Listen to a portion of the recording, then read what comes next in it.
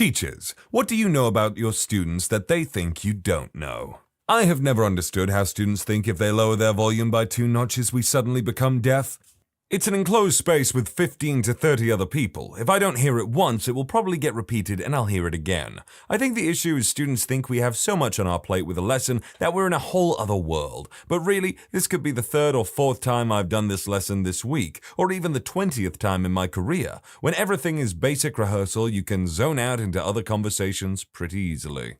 I know who the loose girls are, the illegal substance dealers, the gang members, and when the fights are going to occur. I know each administrator has about 5 fake social media accounts and keeps tabs on what everyone is saying, and by Monday I will know what shenanigans you got up to over the weekend. I also know how to get out of going to the rally, which narc will look the other way and let you ditch class, and where people do the illegal substances on campus. I know that during lunch some have SX in the bathroom next door to my classroom, but they use protection. I've seen they use condoms on the floor, and by the end of the first month of school, I know when you're lying and I know when you've had a crappy night at home. I know who has crappy parents and who has no parents. I know of one of my students who sometimes sleeps on the park bench and a few who are abused. I know several who take care of their siblings. I know of learning disorders and mental disorders. I know how much you have the capacity to handle and know that math is not the most important thing in the world. My 8th graders call me Miss B because for some reason they can never remember or pronounce my full name. One of my classes has started calling me Miss Booty. When I hear them using it with each other, I pretend that I heard my name and ask if they need any assistance in the most chipper and obnoxious teacher voice possible. It's nice to see them jump when I respond. It's also nice to take a break from overhearing disgusting, prepubescent, school bathroom, counter, nasty business, bus ride, BJ horror stories by dropping in on the Pokemon conversations that spring up every now and then from the quiet kids that are probably even bigger weirdos. As the daughter of a teacher, you just learn things about students you never repeat, and you learn things about other teachers. My mom teaches special education, and she is bound to secrecy about everything, and she doesn't let up on it. But I hear other teachers talk about students like they're garbage. They talk about the parents, they even talk about each other. Teachers are the worst gossips. You want to hear some crap? Just stay after school. I teach at a public university. For something like 8 years, I've been sitting in on the first day of class every semester, quietly dressed like a student. Every now and then 1 or 2 of them catch on, but most of them are clueless. They start talking about how they haven't done the homework for the first day, or how they've looked me up on Rate My Professor, or why I'm such a tool and late on the first day. I hear about being high or drunk or hungover that morning. I usually wait about 10 minutes when they're thinking of leaving before I stand up and start class. Maybe it's because I'm English, but I've discovered how hard it is for me to say a word like start and then follow it up with class, start class. But rather I go start class because obviously they sound more similar. I only bring this up because I'm sure people have maybe noticed that sometimes I deviate between something like grass and grass, bath or bath, and start and class.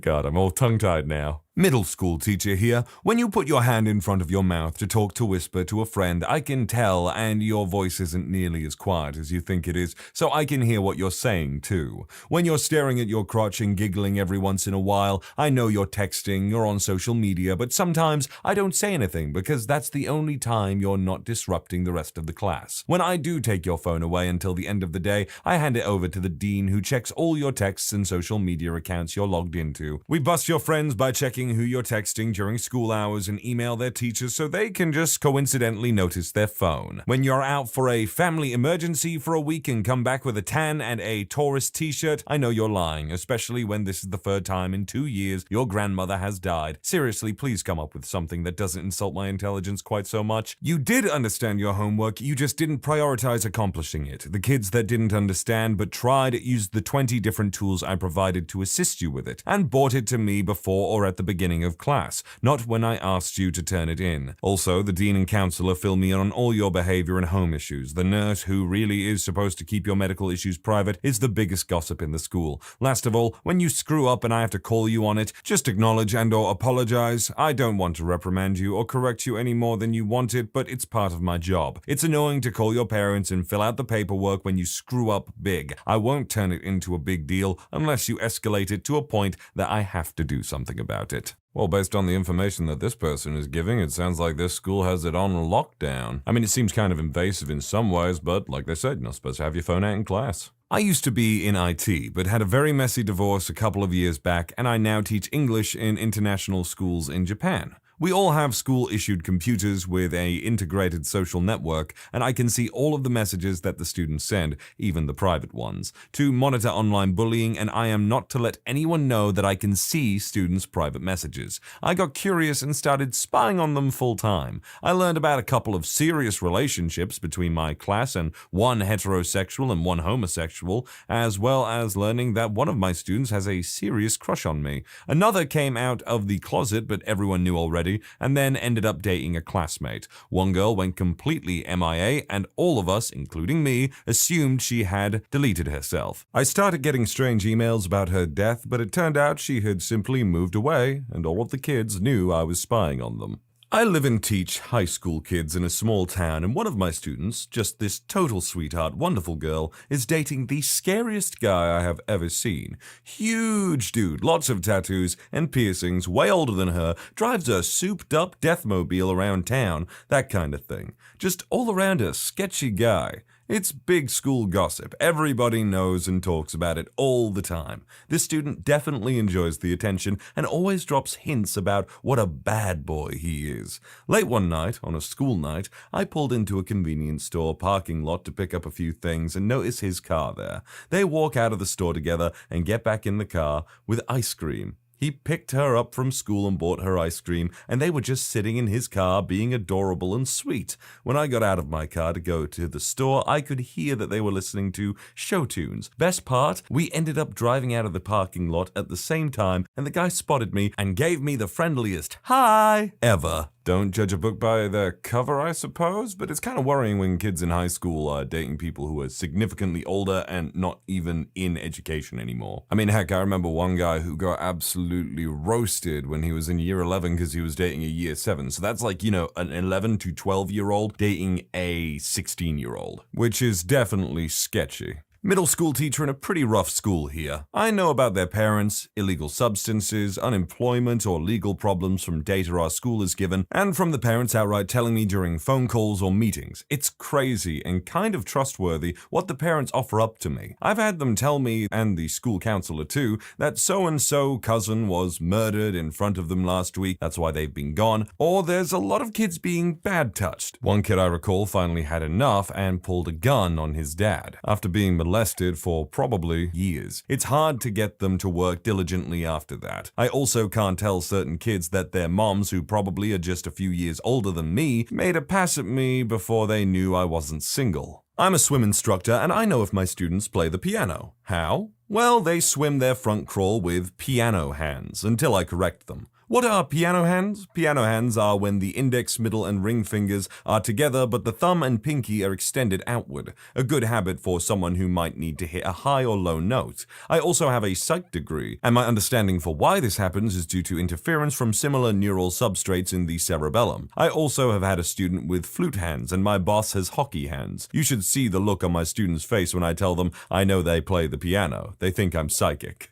I used to work as a substitute. I learned more than I ever wanted to about the kids I taught. More often than not, I wanted to switch from whatever lecture I was on to one about the concept of plausible deniability. You want to talk to your buddy about how much devil's lettuce you smoked and how many loose women you got with? Great, do it somewhere else. I'm required to inform security and the office about that stuff. Yes, I will still do it even if your cousin is a gangster and will pop a cap in me. Kids in juvenile detention schools just have no sense of plausible deniability. We'll call him Ted. We had a food drive last semester before Thanksgiving for about 2 months. We made a huge basket of canned food, things to make pies, stuffing, sides, bought a turkey, and as a staff voted for what students' family needed it the most. We all agreed that Ted's family, without question, needed it the most. A teacher had to pay for his uniform early on in the year. So he was told close to Thanksgiving by administration that someone would be delivering a basket to his house that afternoon. I guess he was overwhelmed and didn't ask questions then, because he came to my class and asked me, "Is that the food we've been raising for poor people?" I didn't know what to say. I said, "Some of it."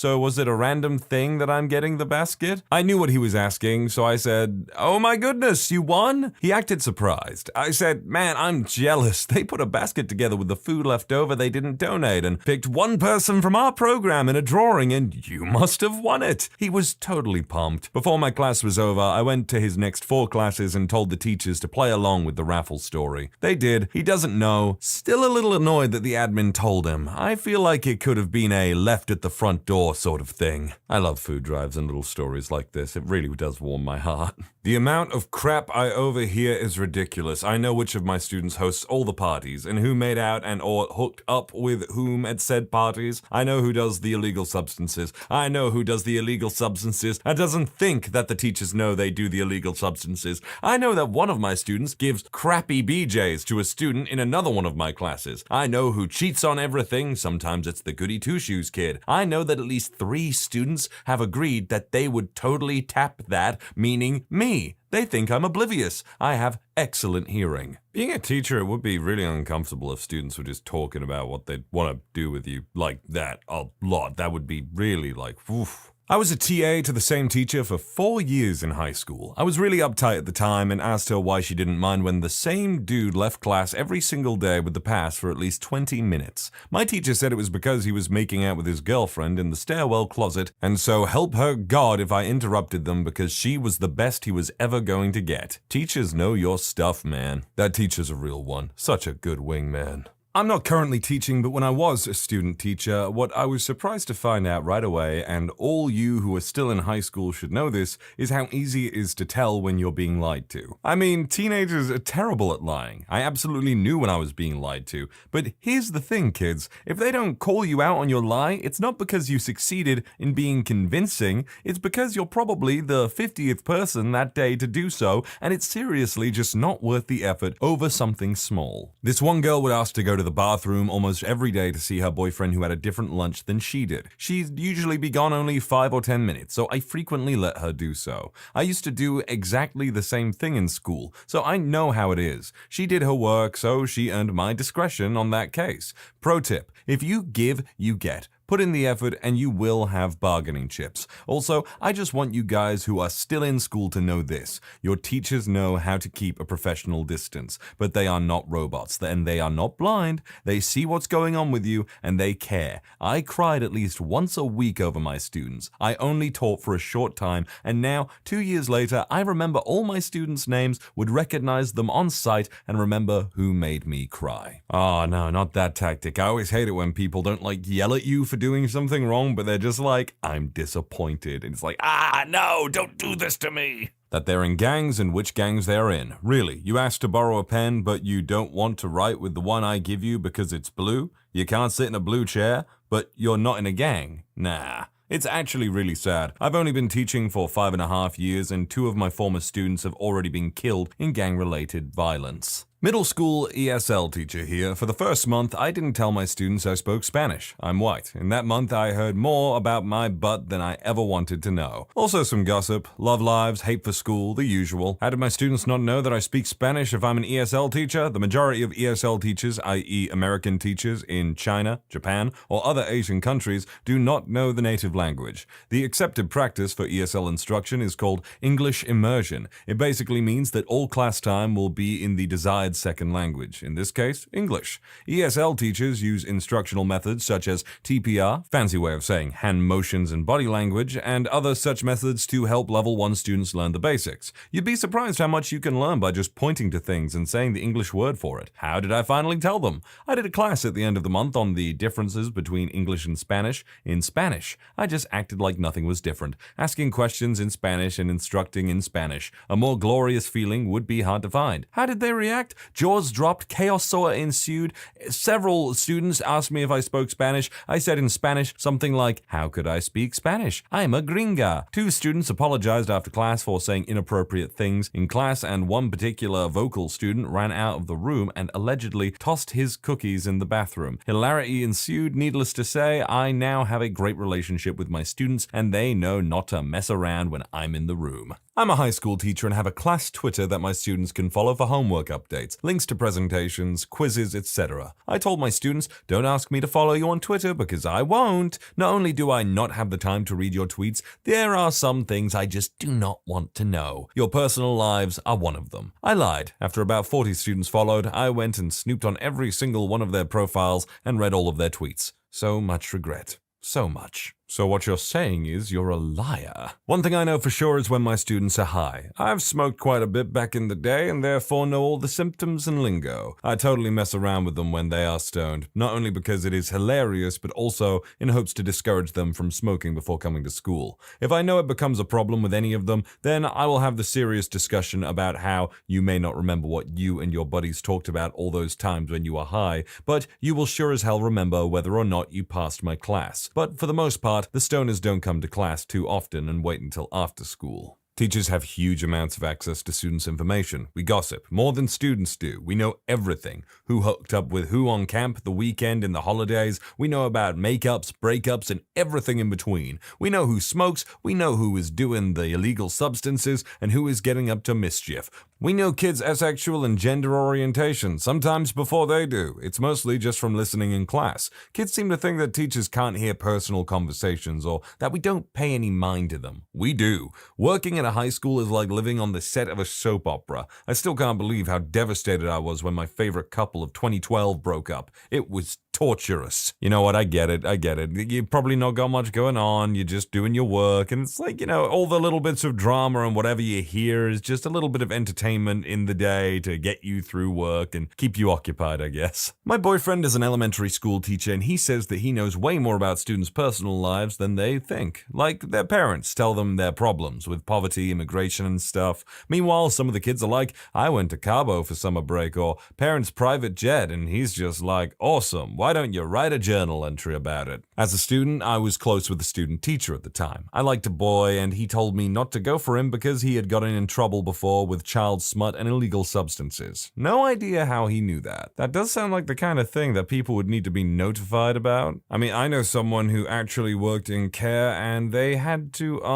they were offered the job to escort someone who had at one point molested a child, and because they were special needs, they needed someone to go with them to college. And this person in question, who I know, after being informed about what the dirty diddler did, they outright refused to do the job. I'm pretty sure something as severe as anything to do with children, a crime like that is going to be told to anyone that has to deal with them on a regular basis in a professional manner. When I teach undergrads, it's painfully obvious which ones are dating each other, even if it's a secret. I recently taught a required course for freshmen, and one of my students would give me outlandish excuses for not having been in class. He had a breakup, 2 dead relatives, and was flown across the world to save his family business, all in one semester. Oddly enough, his work was pretty good. I had to sit him down and explain that I really didn't care where he had been as long as he was showing up to reviews with completed projects, and that a long-winded explanation was unnecessary. The look on this teenager's face when I told him, I'm going to be out today, was perfectly reasonable, priceless. As for when I'm teaching graduate students, I definitely do know hardly any of you little buggers have read the material beyond a thesis statement, unless you're PhD students sitting in on a master's level seminar, and in that case, I do know that you love the sound of your own voice more than Frank Reynolds loved rum ham. So shut up, you're ruining the class for the people who actually need it. Inner city middle school teacher here. I know everything my students gossip about during class. No, not because I have supersonic teacher ears, as many of my students suspect. No, not because that smoke detector in the corner is actually a camera, as I convinced them of earlier this year. It's because kids can't whisper worth a damn. Also, privacy settings. Seriously, kids, use them. Not to mention, those kids I had in class 2 years ago who come by my classroom to visit and make small talk every day after school. Yeah, they keep me more in the loop than most of the students. Sometimes it pays to be the cool teacher. But how sad it is when the cool teacher eventually grows up or gets promoted and then becomes the regular teacher. I understand your jokes. I just pretend that I don't. When I was a student, I would marvel at how my teachers could fail to understand the brilliant asexual innuendo I would use that would have my classmates snickering while they, the instructor, looked on without comprehending. Now I hear 18-year-old girls in my class make the same kinds of comments, and as a 36-year-old dude, my brain immediately begins flashing warning lights and sirens. So I play really dumb because I'm just not going to go there. And that is probably, honestly, for the best. High school teacher here. Regarding students' personal lives, it's very much a need-to-know basis. I don't really give a damn that you party on the weekends, get high after school with your buddies, or anything like that. The thing is that as teachers, we are mandated reporters for a lot of things. The less you know about stuff like that, the better. No teacher snoops Facebook for this very reason. If I see a student ripping a bong on their profile picture, I have to do something about it. That and perusing Facebooks of 14 to 18-year-olds is creepy as hell. What I do know is the stuff I think is necessary. Which students come from disadvantaged backgrounds, who comes from a two-parent home, behavior and academic histories. The last thing you want to do is call home. A woman answers the phone, and you assume it's a kid's mom when it's their sister who doubles as their primary caretaker. You don't want to tell kids that they should go on the school field trip and they come from a very low-income home. A lot of kids probably assume teachers don't know stuff like this, but most of us go out of our way to make sure they do. I also know which teacher's classes you're a butthole in. You don't really want to say anything about that to the kid either, because frankly, some teachers are buttholes, and they have it coming. When you subscribe, make sure to hit the bell to turn on notifications. Put the playlist on in the background to finish listening to all the stories. And if you like Am I the Genius, give Am I the Jerk a shot. Linked in the description below.